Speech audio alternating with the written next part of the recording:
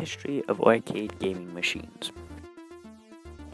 Arcades, we've all been to one, but who knew that they started at Stanford campus? This ushered in the Bronze and Silver Age, which ranged from 1971 to 1977.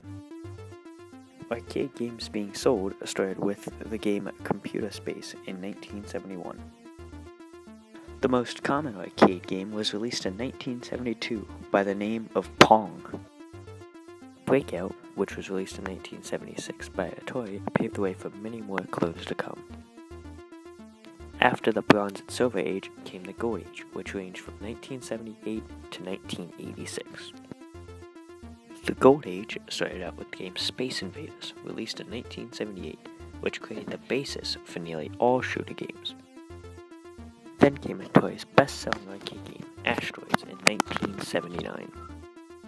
Then in 1980, Pac-Man was released. It was Namco's best-selling game.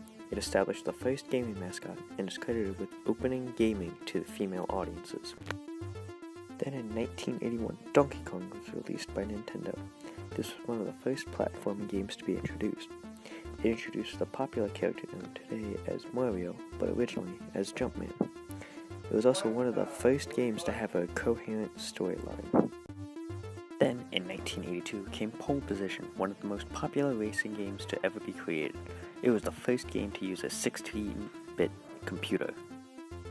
Also in 1982 came the game Dig Dug, which was released by Namco in Japan, but Atari outside of Japan. Then from 1987 to present day came the Platinum Age. Then, in 1987, came the fighting game Street Fighter, which was the first fighting game for Capcom and is still made today. In 1988 came the popular stack-up game Tetris by Atari. Arcades can still be found in many game centers across the nation.